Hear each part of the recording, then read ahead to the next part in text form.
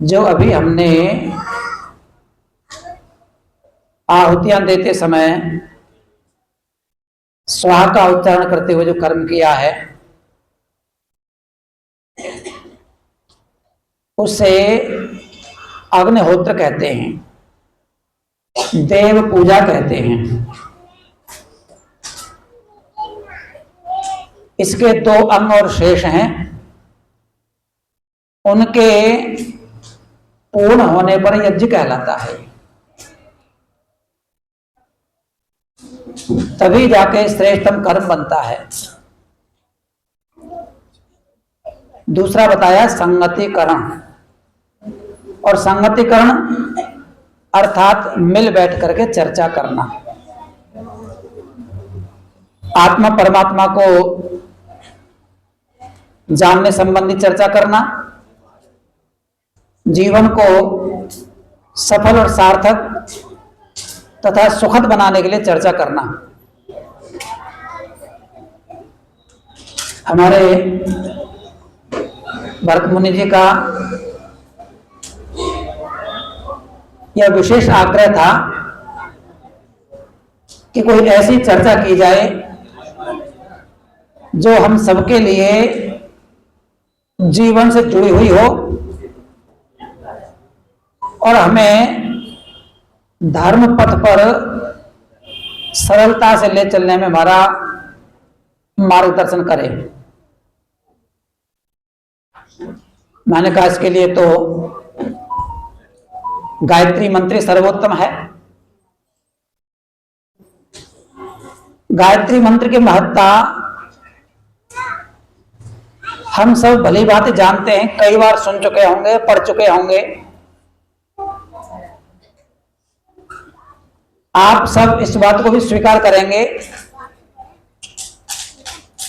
कि संसार की जितनी भी शिक्षाएं हैं, उपदेश हैं, शास्त्र हैं, वो सब हमारे जीवन को सुखद बनाने के लिए हैं, जीवन के लिए ही हैं।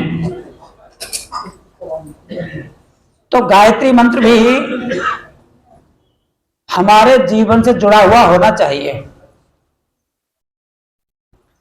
सर्वोत्तम मंत्र कहा जाता है। इस गायत्री मंत्र के कई नाम हैं। इसे सावित्री मंत्र भी कहते हैं, इसे गुरु मंत्र भी कहते हैं और इसे महामंत्र भी कहते हैं। गायत्री इसका छंद है, इस कारण से ये गायत्री मंत्र कहलाता है।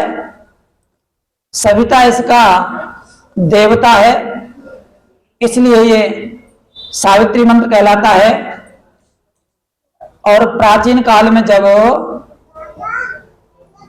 विद्यार्थी ब्रह्मचारी गुरुकुलों में पढ़ने जाते थे, तब गुरु के द्वारा सबसे पहले इसी मंत्र की शिक्षा और उपदेश दिया जाता था। तो गुरु से सबसे पहले मिलने वाला यह मंत्र गुरु मंत्र भी है, और इन सभी विशेषताओं को एक साथ लिए हुए है, इसलिए इसे महामंत्र भी कहते हैं। गायत्री का भाव क्या है? गयम त्रायति इति गायत्री। गयम त्रायति, गय को त्राण करने वाली, उद्धार करने वाली। तो गय क्या वस्तु है? गय किसे कहते हैं? गच्छति आयति इति गय। जो जाता आता रहे वो गय कहलाता है। तो जाने आने वाला क्या है हमारे जीवन में? हम सब विचार करके देखें तो प्राण है, जो निरंतर चलते रहते हैं, और इनकी महत्ता के कारण ही हमें प्राणी कहा जाता है। ये जब तक हैं तब तक जीवन है। इनके जाने आने में कोई भी व्यवधान हुआ तो वो जीवन का व्यवधान बन जाता है। इसकी महत्ता हमारे व्यवहारिक जीवन में क्या है, ये आज हम सरलता से जानने का प्रयास करेंगे।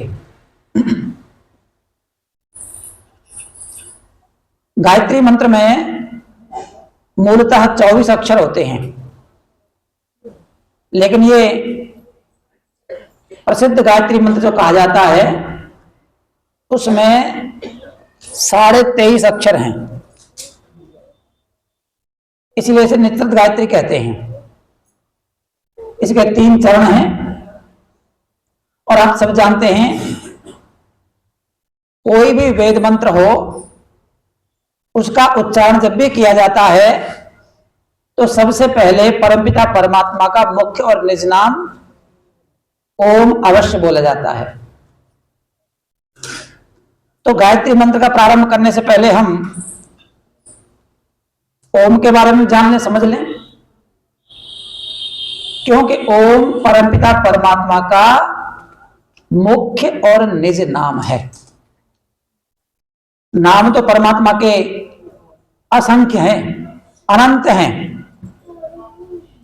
और उनको 3 भागों में बांट करके कहा जाता है, गौणिक, कार्मिक और स्वाभाविक। जो नाम परमपिता परमात्मा के गुणों को प्रकट करते हैं वो गौणिक नाम कहे जाते हैं। जो परमात्मा के कर्मों का परिचय देते हैं वो कार्मिक कहे जाते हैं, और जो परमात्मा के स्वरूप का, स्वभाव का परिचय देते हैं वो स्वाभाविक कहे जाते हैं। तो परमात्मा के तो गुण, कर्म, स्वभाव अनंत हैं। जब गुण, कर्म, स्वभाव अनंत हैं तो उन सब गुण, कर्म, स्वभावों को प्रकट करने के लिए, उनका बोध कराने के लिए नाम भी अनंत होने चाहिए। परमात्मा में कोई गुण हो, उसे प्रकट करने वाला कोई नाम ही ना हो तो मैं कैसे पता चलेगा परमात्मा में ये गुण है, परमात्मा के स्वभाव है। तो परमात्मा के अनंत गुण, कर्म, स्वभावों को प्रकट करने के लिए, बोधक होने के लिए अनंत नाम भी होने चाहिए। लेकिन उन सब अनंत नामों में जो परमात्मा का मुख्य नाम है, परमात्मा का निज नाम है, वो ओम है। निज और मुख्य किसे कहते हैं? हम संसार में देखते हैं कि प्रत्येक व्यक्ति के, प्रत्येक स्त्री पुरुष के हम लोक व्यवहार में कई नाम देखते हैं, कई नामों से पुकारा जाता है। कुछ संबंधवाचक होते हैं, कुछ गुणवाचक होते हैं, कुछ स्वरूप को, कर्मों को लेकर होते हैं। कोई गाड़ी चला रहा, ड्राइवर भी कह के बुला लेते हैं उसको। विद्यालय में पढ़ाते हैं तो गुरुजी, अध्यापक कह के बुला लेते हैं। अगर हमारे संबंध किसी से तो कोई चाचा, मामा, ताऊ है, उनको वैसे भी बुला लेते हैं। लेकिन इन सब में से कोई भी नाम उसका मुख्य नहीं है। जिन नामों से हम पुकारते हैं ना, उन नामों को लिखकर हम पत्र डाल दें तो क्या वो उस व्यक्ति को मिलेगा? नहीं मिलेगा। लेकिन अगर हम मुख्य नाम से डालेंगे तो मिल जाएगा। तो ऐसे ही जैसे मनुष्य का मुख्य नाम उसके संपूर्ण व्यक्तित्व का बोधक है, वैसे ही परमात्मा का ओम नाम उसके संपूर्ण स्वरूप का बोधक है। और स्वामी दयानंद जी सत्यार्थ प्रकाश में और संस्कार विधि में इसके बारे में कहते हैं कि इस ओम नाम में परमपिता परमात्मा के बहुत से नाम आ जाते हैं। संस्कार विधि में कहते हैं सारे नाम आ जाते हैं। तो इनकी चर्चा हम करेंगे, थोड़ा लंबा चला जाएगा, हमें आगे गायत्री मंत्र की तरफ बढ़ना है। लेकिन इतना ध्यान रखें कि परमपिता परमात्मा के सारे नाम सार्थक हैं, निरर्थक नहीं है। और निरर्थक किसे कहते हैं? जैसे कहावत है ना, आंखों के अंधे नाम नयन सुख। व्यक्ति का नाम है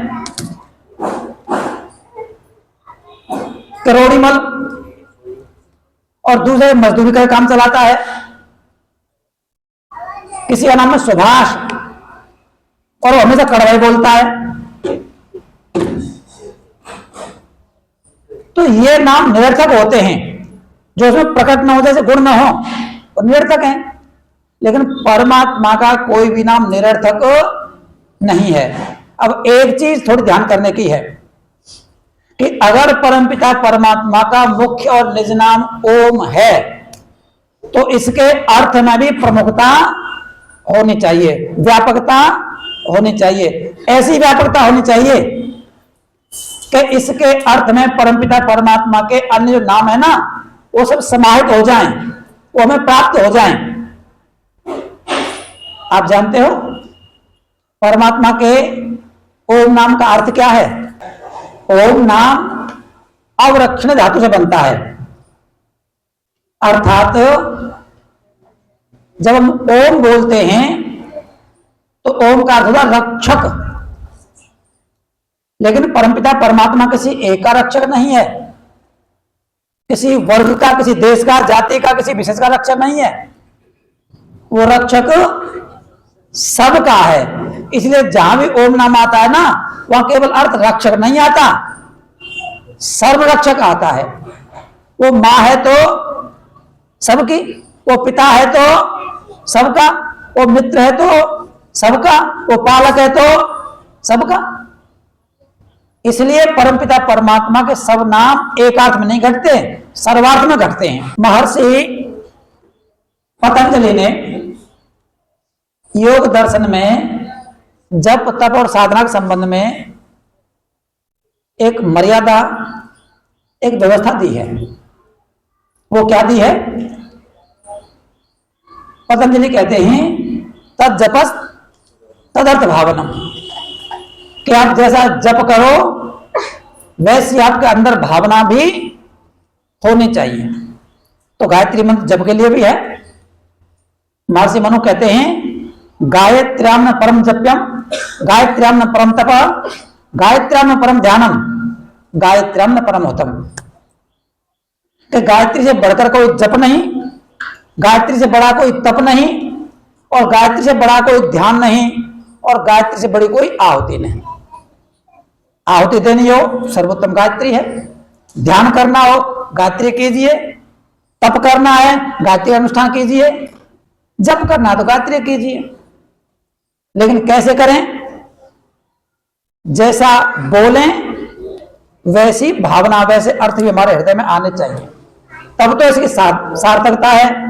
और केवल हम बोलते जाएं, अर्थ न जाने, तो उतना बड़ा लाभ नहीं मिलता। इसीलिए ऋषियों ने कहा है यो अर्थज्ञ स सकलम भद्रम अश्नुते, कि जो अर्थों को जानता है वही उसके कल्याण स्वरूप को प्राप्त कर सकता है। तो जब हम गायत्री मंत्र का जाप करने बैठे, उससे पहले परमपिता परमात्मा के मुख्य निज नाम ओम का जाप करें। तो जाप करने के साथ साथ ही जो ओम शब्द का अर्थ है वो हमारे ही हृदय में, हमारे मन मस्तिष्क में आ जाना चाहिए। अर्थ क्या है? सर्वरक्षक। और मैं एक बात कहा करता हूं, जब हम उस परमपिता परमात्मा का ओम नाम लेते हैं, उसके अर्थ का चिंतन करते हैं और उसे आत्मसात करते हैं, जीवन का आधार बना लेते हैं, तो हमारे जीवन में दो बड़े महत्वपूर्ण अंतर आते हैं। कौन कौन से?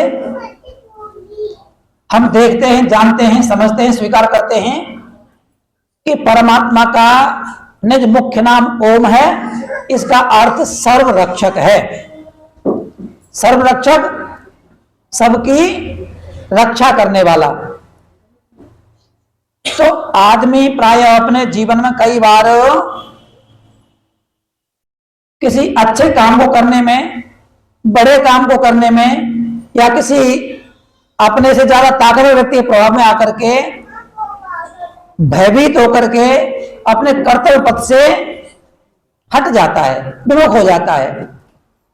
तो भय भी बहुत बड़ा कारण है हमें पथच्युत करने का, मार्ग भ्रष्ट करने का। लेकिन जब मुझे पता चलेगा, जब मुझे विश्वास हो जाएगा कि परमात्मा सर्वरक्षक है, सबकी सब प्रकार से सदा ही रक्षा कर रहा है, तो इस बात को आत्मसात करने वाले, स्वीकार कर लेने वाले साधक के लिए क्या किसी से डरना संभव है? हमें न लगे ऐसा, लगे भाई भयभीत तो होता ही आदमी। तो हम अपने आर्य समाज संस्थापक महर्षि देव दयानंद जी महाराज के जीवन चरित्र उठाकर देख लीजिए, पढ़ लीजिए कि उन्होंने कभी भी जीवन में किसी प्रकार का भय किया हो और भयभीत होकर अपने किसी कर्तव्य को छोड़ा हो, ऐसा संपूर्ण जीवन चरित्र में देखने सुनने को। जब वो अजमेर से जोधपुर जा रहे थे ना, तो लोगों ने कहा महाराज वो बड़ा रूखा प्रदेश है, लोग बड़े दुष्ट स्वभाव के हैं, वहां जाकर थोड़ा सा कठोरता का मत लेना। स्वामी जी समझ गए क्या कहना चाहते हैं ये? स्वामी जी ने कहा देखो भाई, कोई मेरी उंगलियों की बत्ती बनाकर जला दे तो भी मैं सच ही कहूंगा, और मैंने अपना सारा जीवन सत्य के लिए समर्पित कर दिया है, और मुझे से चापलूसी लल्लो चप्पो नहीं होने की। एक अंग्रेज अधिकारी ने कहा था कि आप कब तक सत्य बोल सकते हो? तो स्वामी जी ने कहा मुझे कोई तोप के मुंह से बांध दे तो भी मैं सत्य ही बोलूंगा। इसे कहते हैं निर्भीकता। लेकिन आती कब है? जब हमें पूर्णतः भरोसा हो जाता है, जब हम इस बात को स्वीकार कर लेते हैं कि वो परमपिता परमात्मा सर्वरक्षक है, सबकी रक्षा कर रहा है, फिर भय करने की आवश्यकता। एक मंत्र आता है यजुर्वेद का, यतो यथा समीह से ततो नो अभयम कुरु।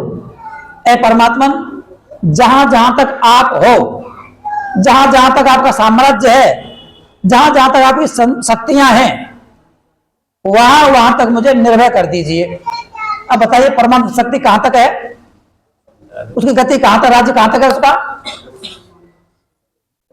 संपूर्ण कहीं ऐसी जगह ही नहीं जहां परमात्मा नहीं हो, जहां उसका शासन नहीं हो। तो सर्वत्र अभय होना यह बहुत बड़ा गुण है। दूसरा एक गुण और आता है, चलो मैं तो निर्भय हो गया, मुझे भरोसा है कि मेरा कोई कुछ नहीं बिगाड़ सकता। क्यों नहीं बिगाड़ सकता? क्योंकि परमात्मा मेरी रक्षा कर रहा है। लेकिन ऐसी रक्षा अपने प्रति हो जाए ना, तो आदमी थोड़ा कई बार अहंकार भी करता है और कभी अन्य अत्याचार भी करने लग जाता है ताकत प्राप्त करके। लेकिन जो गायत्री मंत्र का साधक है, जो परमात्मा ओम नाम का उपासक है, और जिसे ये भरोसा है परमात्मा मेरी रक्षा कर रहा है, तो उसे ये भी भरोसा है कि परमात्मा मेरी ही नहीं कर रहा, परमात्मा सबकी कर रहा है। तो अगर मैं किसी को दुख देने का, पीड़ा पहुंचाने का, कष्ट देने का, ठगने का, अत्याचार करने का, अन्याय करने का कोई प्रयास करता हूं, उससे पहले मुझे पता चल जाता है तू क्या बिगाड़ देगा, क्यों अपने कर्मों को बिगाड़ रहा है। तू किसी का कुछ नहीं बिगाड़ सकता, क्योंकि जो परमात्मा तेरी रक्षा कर रहा है ना, वो उसकी भी रक्षा कर रहा है जिसका तू बिगाड़ने जा रहा है, बिगाड़ने सोच रहा है। तो एक तो वो भयभीत नहीं होगा, निर्भय रहेगा, और वो अत्याचार अन्याय करने से कभी सामने नहीं आएगा, बचेगा। किस पर करेगा, कैसे करेगा? महाभारत में एक प्रसिद्ध श्लोक आता है, उसमें कहा है सुखस्य दुखस्य न कोपि दाता परो ददाति कुबुद्धिरेषाम अहम प्रणोमि वृथा विमाना स्वकर्म करतो सर्वलोका। श्लोक में कहा है सुखस्य दुखस्य न कोपि दाता, कि हमें संसार में सुख और दुख देने वाला कोई भी नहीं है। परोददाति, किसी ने दिया है, कुबुद्धि है शाम, ये अच्छी बुद्धि नहीं है। किसी ने मुझे सुख दिया है, किसी ने मुझे दुख दिया है, ऐसा सोचना का अच्छी बुद्धि नहीं है। और अहम करोमि, अतः मैंने ऐसा कर दिया, मैंने किसी को सुख दिया है, मैंने किसी को दुख दिया है, मैंने बदला ले लिया उससे, कहते ये भी वृथाभिमान है, ये भी व्यर्थ का अभिमान है। क्यों? स्वकर्म ग्रस्तो सर्वलोका, संसार में समस्त प्राणी, समस्त मनुष्य अपने कर्मों से इस प्रकार गुथे हुए हैं कि उन्हें छेड़कर कोई दुख देना चाहे, सुख देना चाहे, संभव नहीं है। इसलिए ओम का जाप करें, चिंतन करें और उसे अपने जीवन का अंग बनाएं, उसे आत्मसात करें। अब आगे बढ़ते हैं।